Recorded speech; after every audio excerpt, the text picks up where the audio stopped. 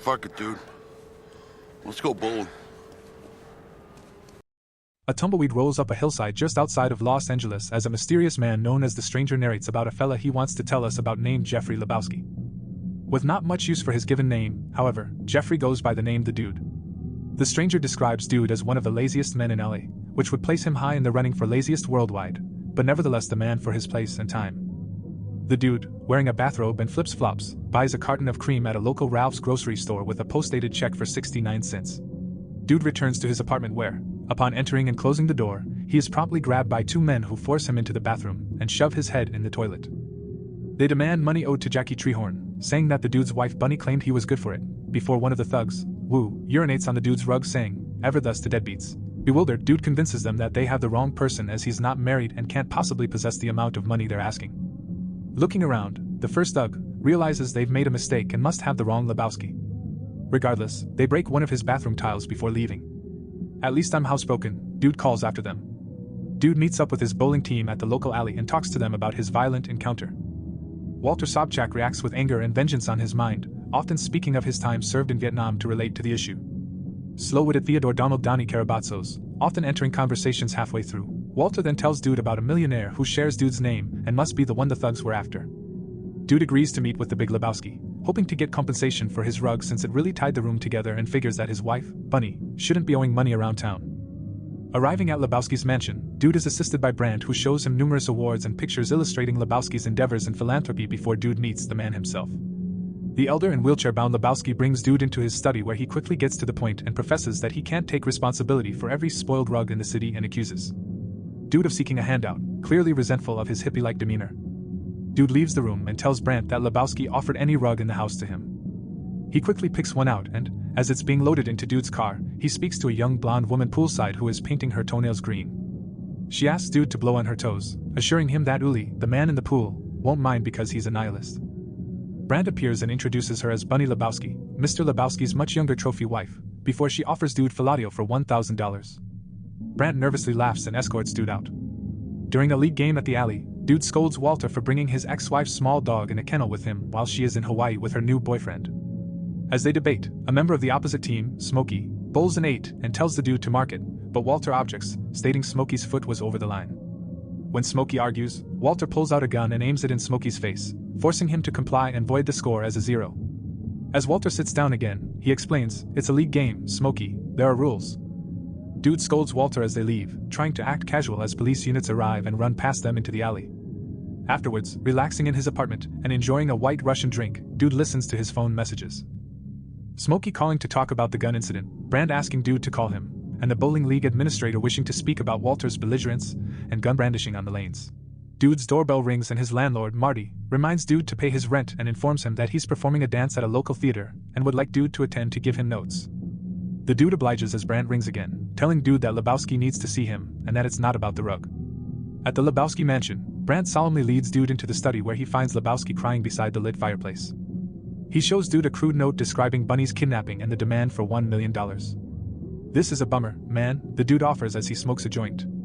Brandt explains that they want Dude to act as courier to deliver the payment when they receive word of a location for the drop-off, and tells Dude that he might even recognize the kidnappers as the same people who soiled his rug.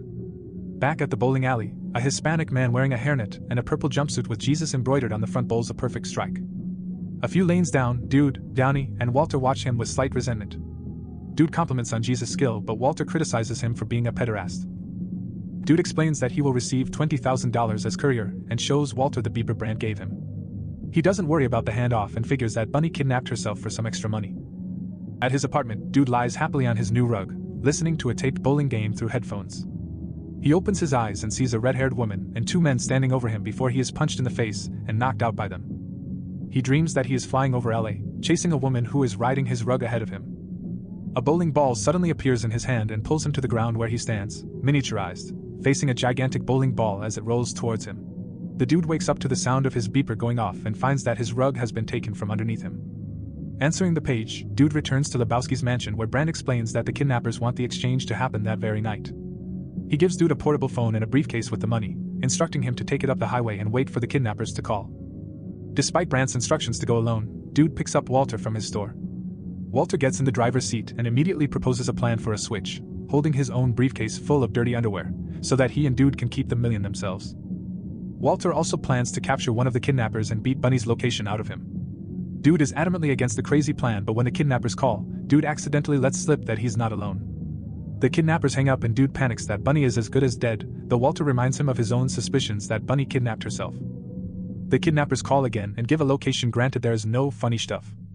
At the designated location, the kidnappers call and instruct the Dude to throw the suitcase out the car window onto a bridge. As they approach the bridge, Dude tries to throw the real suitcase, but, at the last second, Walter tosses the ringer and forces Dude to take the wheel as he arms himself with an Uzi and bails out of the moving car. Walter loses grip of the Uzi and it fires wildly, hitting Dude's tail lights and tires, causing him to panic and crash into a telephone pole. 3 men on motorcycles appear just beyond the bridge and, as Dude scrambles out of the car with the briefcase, pick up the ringer and ride off. At the alley, the portable phone rings incessantly, no doubt Brandt calling to check on the mission. Dude is miserable, angry at Walter, and certain that Bunny will be killed, though Walter is calm and convinced that Bunny kidnapped herself. He tells Dude not to worry and that Bunny will eventually get bored and return home on her own, but becomes dismayed to see that the bowling schedule has him playing on Saturday. As they leave, Dude discovers his car missing along with the briefcase. Walter suggests it was towed because they parked in a handicapped spot, but Dude is certain that it was stolen. He starts walking home with his phone ringing. Dude resolves to call the police and issue a statement for his stolen car. 2 police officers arrive at his apartment to take notes, and Dude addresses the separate issue of his missing rug just before his home phone rings. The answering machine records a woman introducing herself as Maud Lebowski and saying that she is the one who took his rug and has sent a car to pick Dude up at his apartment. The Dude is brought to a huge loft studio filled with canvases and minimal illumination. As he walks in, he is startled by the sudden appearance of Maud, swinging and naked on a zip line, screaming and flailing paintbrushes over a large canvas to create an abstract image. She explains that she is a professional artist whose work is commended as strongly vaginal, often to the point of making some men uncomfortable. She tells Dude that the rug he took was a gift from her to her late mother, and her father, Big Lebowski, had no right giving it away. Maud surmises that Bunny kidnapped herself, elaborating on the already obvious notion that she gets around and even bangs the producer of the film, Jackie Treehorn. She doesn't want to involve the police in his embezzlement, and offers the Dude 10% of the $1 million if he retrieves the money from the kidnappers. She then apologizes for the crack on the jaw and gives the Dude a number for a doctor who will examine him free of charge. The Dude is given a limo ride back to his apartment, where the driver points out a blue Volkswagen Beetle that had been following them. Before the Dude has a chance to do anything about it, he's shoved into another limo waiting for him on the street. Inside, Brandt and Lebowski confront him about the fact that he never called them and yell that the kidnappers never got the money. Lebowski accuses Dude of stealing the million himself, as Dude tries to reason that the royal we dropped off the money in that Bunny, since she apparently owes money all over town, most likely kidnapped herself and probably instructed her kidnappers to lie about the handoff. Brandt and Lebowski look skeptical before producing an envelope. Inside the envelope, Dude finds a severed pinky toe wrapped in gauze with green polish on the nail. In a small cafe, the Dude tells Walter about the severed toe, who doesn't believe it's Bunny's. Despite Walter's unwavering stance, Dude fears for his life. If the kidnappers don't get him, Lebowski will. At home, the Dude tries to relax in the bathtub, smoking a joint and listening to music. His phone rings and the answering machine records the LAPD telling him that they've recovered his car. Dude is overjoyed for a moment until he hears a loud banging in his living room. He looks up to see 3 men breaking into his apartment wearing dark clothes, and tells Dude that they want their money tomorrow or they'll cut off his Johnson. The following morning, the Dude goes to the impound lot to collect his car, which turns up badly damaged and reeking with a terrible stench. The briefcase is gone. At the bar in the bowling alley, Dude expresses his fears to an unsympathetic Walter and an unhelpful Donnie. Unable to cheer him up, they leave Dude at the bar to find an open lane. The stranger sits down next to Dude and orders a sarsaparilla before chatting briefly with Dude, complimenting him on his style and wondering why he uses so many cuss words. Gary, the bartender, hands Dude the phone. It's Maud. She's miffed that Dude hasn't seen the doctor yet. At the clinic, the doctor tells Dude to remove his shorts, insisting despite Dude's assurance that he was only hit in the face. Driving home, Dude enjoys a joint while listening to Creedence, but soon notices a blue Volkswagen following him. Distracted, he tries to flick his joint out the window, but it bounces back and lands in his lap, burning him. He screams and dumps beer on his lap before he swerves and crashes into a dumpster. When he looks out the window, the blue car is gone. Looking down, he notices a piece of paper stuck in the car seat. It's a graded homework sheet with the name Larry Sellers written on it. That night, at Marty's dance quartet, Walter reveals that he's done some research on Larry and discovered where he lives, near the In-N-Out Burger joint. Walter is certain that Larry has the briefcase of money and that their troubles are over. They pull up to the house, where the Dude is dismayed to see a brand new red Corvette parked on the street outside. A Hispanic housekeeper lets them into the Sellers' home where they see the elderly Arthur Sellers in an iron lung in the living room. A 15-year-old with a deadpan expression. Walter and Dude interrogate Larry about the money and the fact that he stole Dude's car, but they get no response. Walter removes a tire iron from Dude's trunk and proceeds to smash the Corvette, shouting, "This is what happens when you fuck a stranger in the ass." However, the car's real owner comes out of his house and rips the tire iron from Walter, shouting that he just bought the car last week. Before going over to the Dude's car and breaking all the windows. Dude drives silently home, wind blowing in through the broken windows, as Walter and Donnie eat In-N-Out burgers. Back home, Dude talks to Walter over the phone as he nails a 2x4 to the floor near the front door. He hangs up and props a chair against the door, braced by the piece of wood, and turns away as the door opens outwardly and Treehorn's two thugs from the beginning of the film walk in. They tell the Dude that Jackie Treehorn wishes to meet with him. Dude meets porno producer Jackie Treehorn, who appears friendly and agreeable as he mixes the Dude a white Russian and sympathizes for his lost rug. Treehorn asks him where Bunny is, to which Dude responds that he thought Treehorn knew. Treehorn denies knowing anything about Bunny's abduction and theorizes that Bunny faked her own kidnapping and then ran off knowing how much money she owed him. Treehorn is then excused for a phone call. He writes something down on a notepad before leaving the room momentarily. Employing the trick of rubbing a pencil lightly over the pad of paper to see what was written, Dude reveals a doodle of a man with a rather large penis.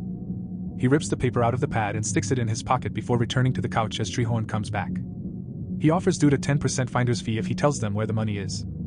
Dude tells him that Larry Sellers should have the money, though Treehorn is not convinced. Dude insists he's telling the truth as his words begin to slur, and his vision glazes over. The Dude falls into a deep dream where he sees himself happily starring in a Jackie Treehorn-produced bowling picture entitled Gutterballs with Maude. At the Malibu police station, the chief of police goes through the Dude's wallet before he tells Dude that Jackie Treehorn phoned them to report that he was drunk and disorderly at his garden party. He tells Dude that Treehorn is an important source of income in Malibu and demands that he stay out of the town for good. Dude takes a taxi ride home and requests that the driver change the radio station since he had a rough night and hates the Eagles. The hostile driver doesn't take kindly to this and throws the Dude out. As he stands on the street, a red convertible passes by at high speed unnoticed by the Dude. It's Bunny listening to Viva Las Vegas and, as we see, with a complete set of toes on each foot. Dude returns to his apartment to find it completely wrecked. He enters and trips over the 2x4 he nailed into the floor. When he looks up, he finds Maude standing before him dressed in nothing but his robe. She drops it to the floor and tells him to make love to her. Afterwards, they lie in bed together as the Dude smokes a joint and tells her about his past as a student activist and his current hobbies, which include bowling and the occasional acid flashback. Maude asks about the apartment, and Dude explains that Treehorn's thugs most likely vandalized it looking for Lebowski's money.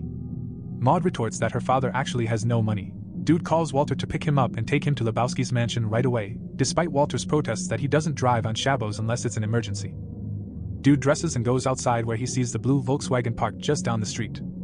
He walks over and demands that the man within get out. The man introduces himself as Defino and explains that he thinks Dude is a fellow private eye who is brilliantly playing two sides against each other. As Walter pulls up, Dude tells Defino to, again, stay away from his lady friend and leaves. At a local restaurant, the three German nihilists and a sallow, blonde woman sit together ordering pancakes. The camera pans down to the woman's foot covered in a bandage which, where her pinky toe should be, is soaked in dried blood. Driving out to Lebowski mansion, Dude explains his new theory. Why did Lebowski do nothing to him if he knew the payoff never happened? Walter agrees with the theory but still believes he shouldn't have been bothered on the Shabos. As they pull up to the mansion, they see Bunny's red convertible crashed into some shrubbery near the front fountain. Bunny is running around the grounds naked while, inside, Brand attempts to pick up her discarded clothes. Walter and Dude walk past him into the study where a stern-looking Lebowski sits. He accuses Lebowski of keeping the million for himself while he used the Dude as a scapegoat to cover up for the missing money. Lebowski says that it's his word against Dude's and no one would believe a deadbeat over him. This angers Walter, who figures Lebowski to be a fake handicap besides a phony millionaire, and lifts Lebowski out of his chair, dropping him to the floor. However, Lebowski lies still on the floor, whimpering, and Dude tells Walter to help him back in his chair. At the bowling alley, Donnie misses a strike for the first time and puzzles over this as Walter drones on about the war in Kuwait as it relates to Vietnam to the Dude, who doesn't seem to be paying attention as he paints. Jesus walks over, criticizing the change in schedule from Saturday to Wednesday before issuing sexual threats. The Dude, Walter, and Donnie sit unfazed.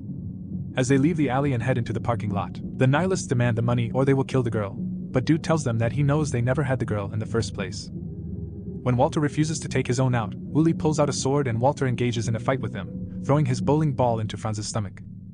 He turns around and sees Donnie on the ground, clutching his chest. Walter comforts him, saying Donnie's having a heart attack. The Dude and Walter are then seen at a funeral parlor speaking with the curator. Donnie, having passed away, was cremated and they negotiate how his remains will be handled. Walter is outraged at the high price of the urn. Walter asks if there's a Ralph's store nearby and he and the dude resolve to receive Donnie's ashes in a Folgers coffee can. Shaking out the ashes. The wind blows them back into dude's face, coating his clothes, beard, and sunglasses. At the bowling alley, the stranger sits at the bar as the dude orders 2 beers. They greet each other, and the stranger asks how he's been doing.